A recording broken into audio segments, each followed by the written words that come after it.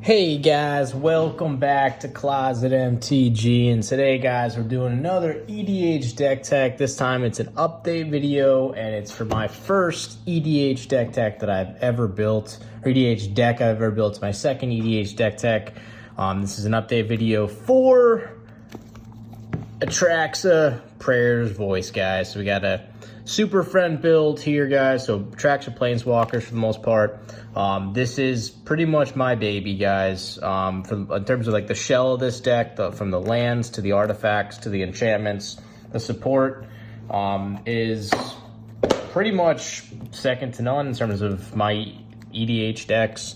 I would say that this is maybe not maybe not completely competitive or CEDH level, but maybe a step below. I mean, I don't play a ton of competitive EDH, but I mean, just in talking with my group with my play group and sharing the deck list amongst some of my friends at my local game store, a lot of the feedback I've gotten is this deck is pretty OP. But that being said, guys, let you guys decide. So we'll start first, just a quick overview of the artifacts. We'll go through each of the different card types, really high level, and then we'll get talking. I want to get into some of the changes that I made. We can talk about some of the synergies and so forth, and also just how multifaceted this deck is, in that essentially you can plug in Planeswalker A for Planeswalker B, and still, I mean, the deck will play pretty well provided the shell is in place. So let's go through that shell. So we have Torpor Orb, preventing creatures from entering the battlefield, or their triggers entering the battlefield when they enter the battlefield. Mana Rock and Mana Vault, Crucible of Worlds. Since we have a lot of fetch lands, we can play lands from our graveyard. We'll keep playing those fetch lands to thin out our deck. Another Mana Rock, Chain Veil, pretty much a shoe-in any Planeswalker build. So you can activate your Planeswalker loyal abilities again, which is pretty awesome. Mana Crypt, Double Masters VIP, Bomb, yeah. Sword, Truth, and Justice for the Proliferate sword, supports the Proliferate theme, which is Atraxa's main ability, and Soul Ring. Actually, guys, let me do a brief overview of Atraxa. What does she do for those who do not know?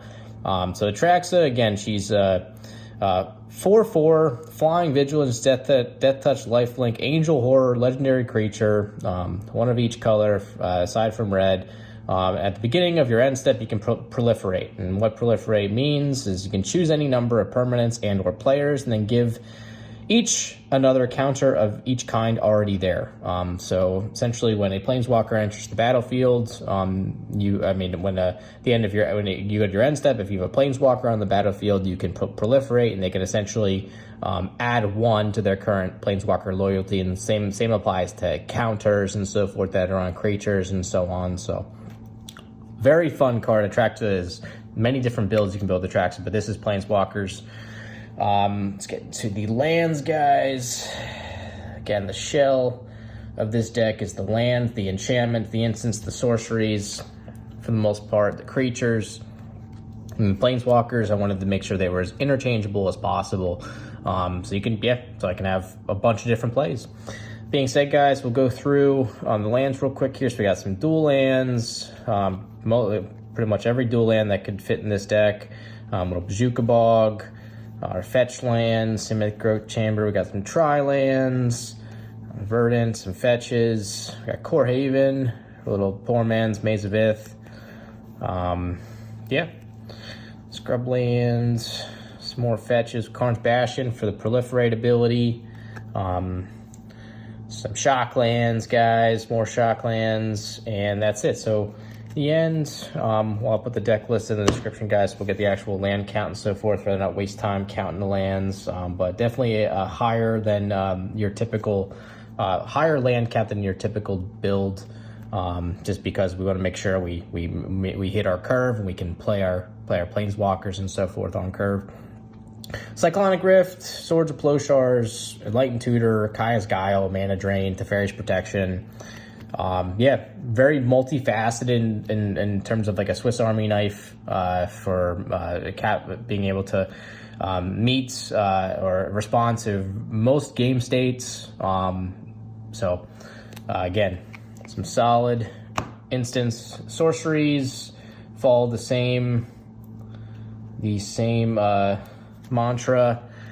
Board wipes, ramp, time spiral, and windfall to refill our hand. Elder spell to, pretty much you can destroy your planeswalkers if you want, to ultimate a planeswalker, which essentially typically you ultimate one of the planeswalkers in this deck, you're probably going to win, since they're pretty much the most powerful planeswalkers in existence. Board wipes, tutor, more board wipes. Eerie Ultimatum, God, this card is crazy. Oh my god, it should be a shoo-in, I believe, in any EDH deck that runs these colors. Think about it. Return any number of permanent cards with different names from your graveyard to the battlefield. I mean, I've played this card with like over and over again, where you just pretty much get every planeswalker in your graveyard, put it in play. and they come in with their full loyalty, and it's just stupid. This card is unbelievably fun to play with. So, but again, pretty much, again, you're looking at ways to refill your hand, ways to wipe the board, and ways to ramp for the most part with our sorceries.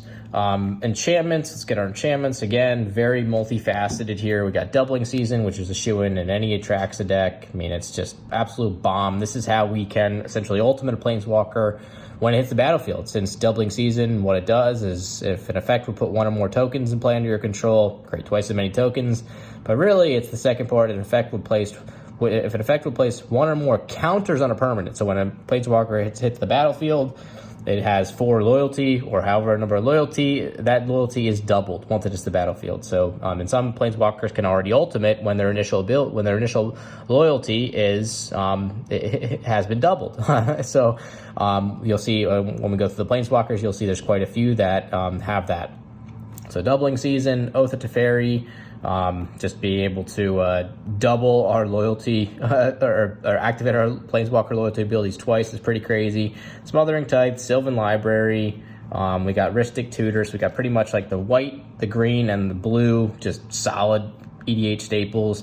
Parallax Wave is a fun card too, guys. Not so many people know about this, but it's perfect in this build, since it's pretty much instant speed removal. In that it has Fading 5. Fading 5 is like each turn you remove a fading counter. You can also remove a fading counter from... Actually, as you remove the fading counter, you remove target creature from the game. So you can like instant speed remove a fading counter from, and then, but when you go to your end step, you're going to proliferate with Atraxa on the board. So it's a fun card. I've held down many of opponent just by being able to exile instant speed with this thing on the board and keep on pumping it up. So it's like, as I exile, I can proliferate and gain back that counter and so forth. So Parallax Wave, fun card.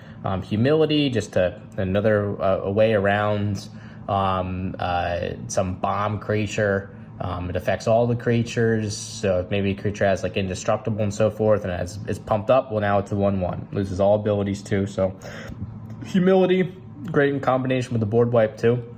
And Mirari's Wake to double our mana. So again, just solid staples and ways to protect our planeswalkers for the most part for our enchantment.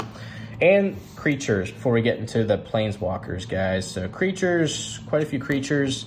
For the most part, we're looking at mana dorks. Obviously, this card, the big Phyrexian legendary creature, freaking...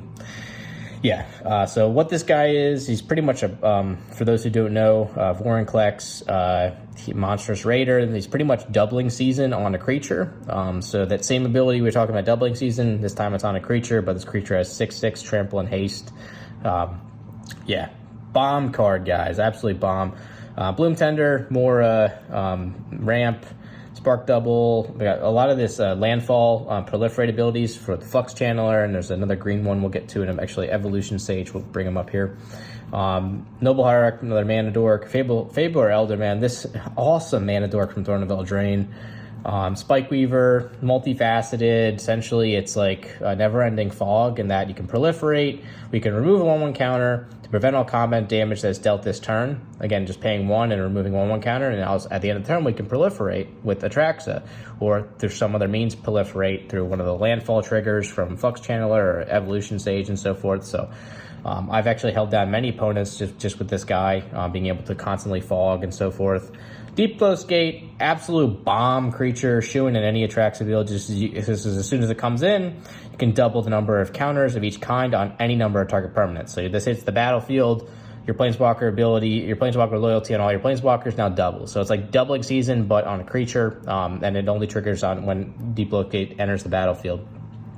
And then Hydroid Krises to refill our hand and so forth, and gain some life, and it's a solid creature. So for the most part, again, mana dorks, proliferation, copy Planeswalkers, solid from a creature perspective. Now the fun part, guys, before we get into some of the changes that I've made recently. Planeswalkers, so we have Elspeth, Sun's Champion.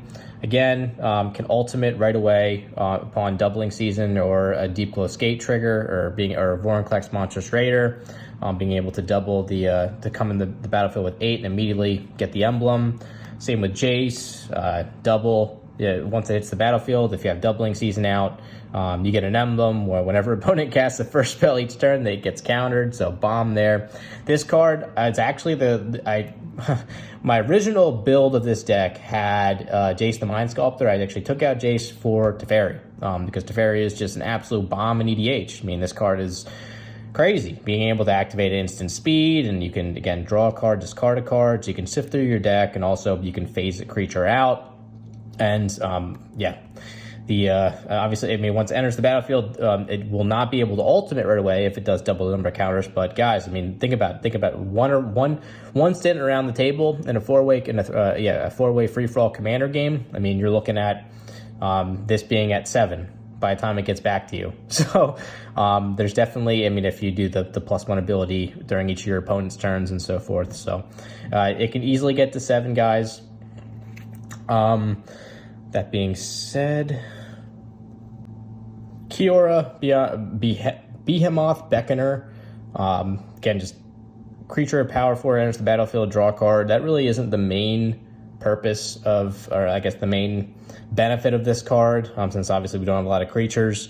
But it's the untapped target permanent and the amount of loyalty. I mean, since we have so many powerful mana rocks, guys, from Mana Vaults to Mana Crypt to the Empowered Auto Generator to just untapping a creature, untapping a Mana Dork. I mean, there's a lot of different multifaceted angles you can use for that untapped target permanent ability. So, and also just it's an easy Planeswalker, enters with a ton of loyalty, very useful against sort of Swiss Army knife type of Planeswalker.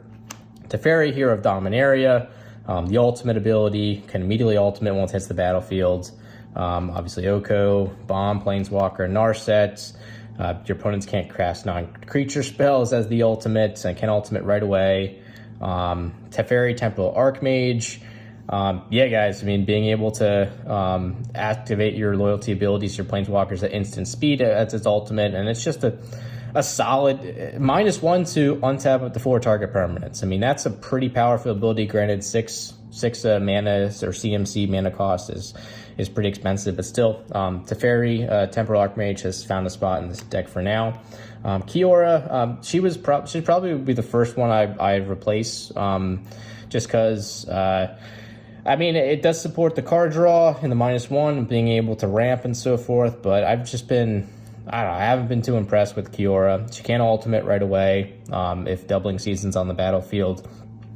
So look to see Kiora be replaced or potentially replaced in the near future. But anyway, solid Planeswalker for now. Narset, fun to play Narset in combination with like a Windfall, since none of your other opponents can draw cards on a Windfall. Since her static ability is each opponent can't draw more than 1 card each turn, so forth. Tamiyo, so bomb card, guys. I mean, Tamiyo, your opponents can't discard cards or sacrifice permanents, so it shuts off fetch lands and so forth. I mean, you can return target card from your graveyard to your hands. And Tamiyo I've played Tamiyo in combination with Eerie Ultimatum, which was absolutely killer. Being able to play Eerie Ultimatum pretty much every turn, which really obviously wasn't fun for my opponents. Liliana, Ugin, Elspeth, Knight Errant. We'll just sort of skip through those guys. Tamiyo, Field Researcher. Since those cards pretty much speak for themselves. Tamiyo Field Researcher, this card, absolutely, probably my favorite Planeswalker in this deck, just because the ultimate is just Omniscience, essentially. Draw 3 cards, and you get an emblem, and you get the Omniscience emblem, essentially. And she can ultimate right away, guys, when doubling season or if Vorinclex is on the battlefield. Ashiok, just being able to, again, shut off fetches, mill potentially as a win con, but pretty much just, again, having preventing your opponents from being able to tutor and so forth is pretty powerful ability too. All right, guys, that being said, so what changes did we make? Or what additions did we make? Just because, I mean, I've made a few changes since the original deck list. The most recent changes I'd like to go through with you guys. Start off with Oath of Nissa. So we added Oath of Nissa to the build. Just the way you can essentially spend all of your mana to cast mana of any color to cast planeswalker spells. So essentially all your mana becomes any color, and then when it enters the battlefield, look at top 3 cards. You can find a creature, land, or planeswalker and put it in your hand. So typically it helps supports the ramp. It's a 1-drop. Yeah. So this card, I just wanted to see how it worked. I mean, I haven't really had a chance to play it too often just yet. But definitely looking to see if this can add some value and so forth, how it plays. Oath of Nissa. All right, before we get into the Planeswalkers, the one sorcery I added is actually I took out Wrath of God, and I added a better Wrath of God, in my opinion, that being Vanquish the Horde, which essentially costs 1 less for each creature on the battlefield. In Commander, typically there's a lot of creatures on the battlefield, so a potential 2-drop board wipe is pretty awesome. So, and also the full art foil, I wanted to be able to show that off too. It's pretty cool. So, Vanquish the Horde instead of Wrath of God. Now the Planeswalkers, guys. And like I mentioned, I wanted to make sure that this deck I could interchange with any Planeswalker for the most part, obviously, so that suits the colors, just to be able to give it a different play and see what it's like and so forth. And so, that being said, one of the more recent Planeswalkers to come out is Kaya the Inexorable. What Kaya does, she does a lot, guys. For those who do not know Kaya, you can put a ghost form counter for her +1. Well, actually, so let's take a step back. 5 loyalty, 5 mana, 5 CMC mana cost.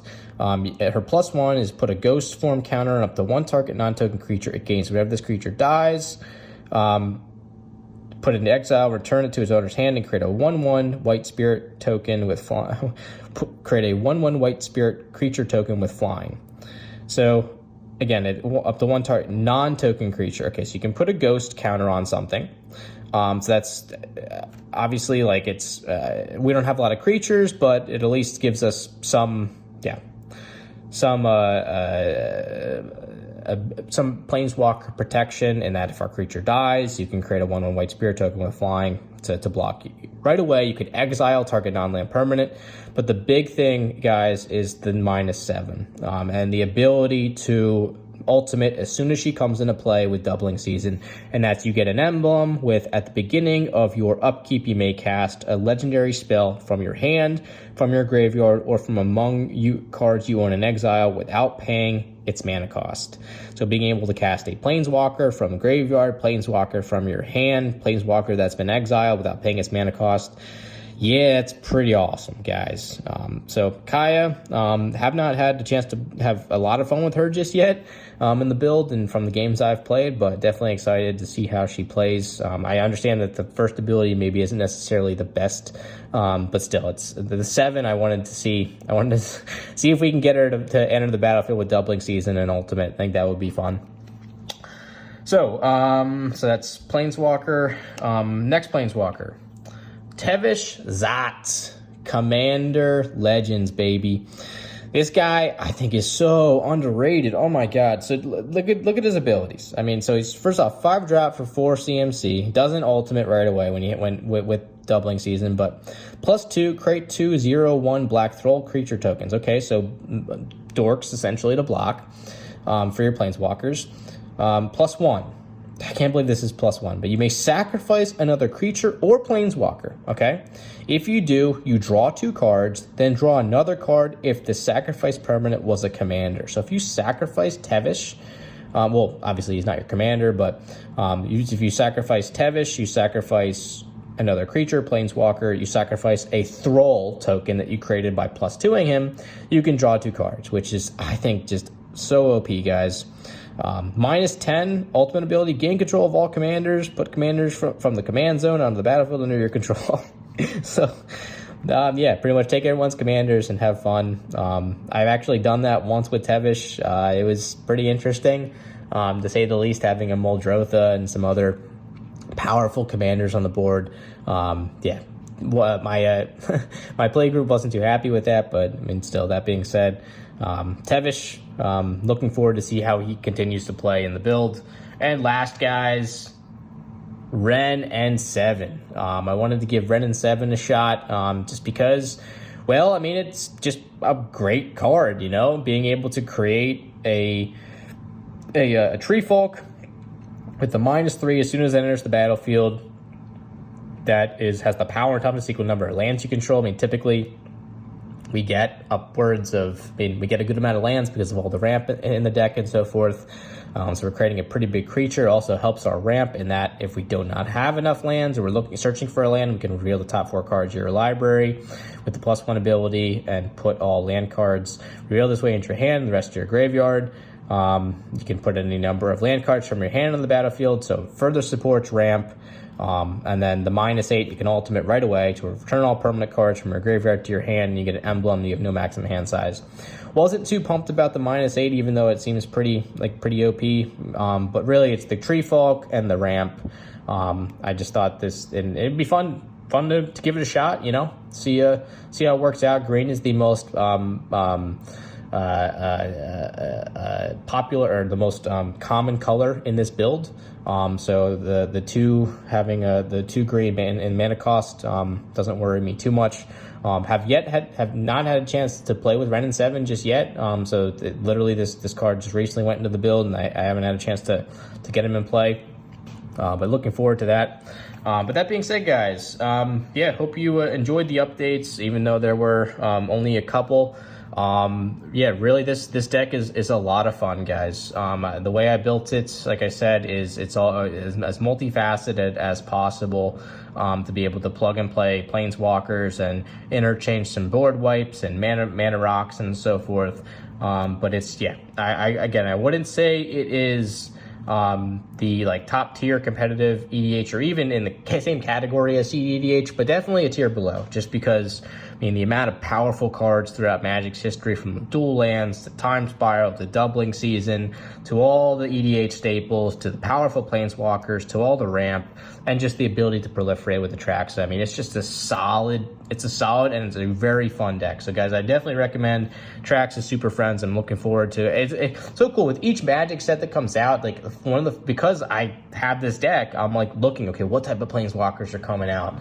And like, will this fit with Atraxa, you know? And just being able to interchange, it's so much fun, man. It's absolutely a blast. It's why I love EDH. Part of the reason why I love Magic is being able to yeah, sort of put your own spin on things and so forth. So that being said, guys, hope you enjoyed the update. I know this went a little bit longer than I was planning. I wanted to keep this thing under 10 minutes, but we are well over 10 minutes. But that being said, guys, as always, please like, subscribe, hit the bell icon, and we will catch you soon for the next MTG concert related video. Take care, y'all.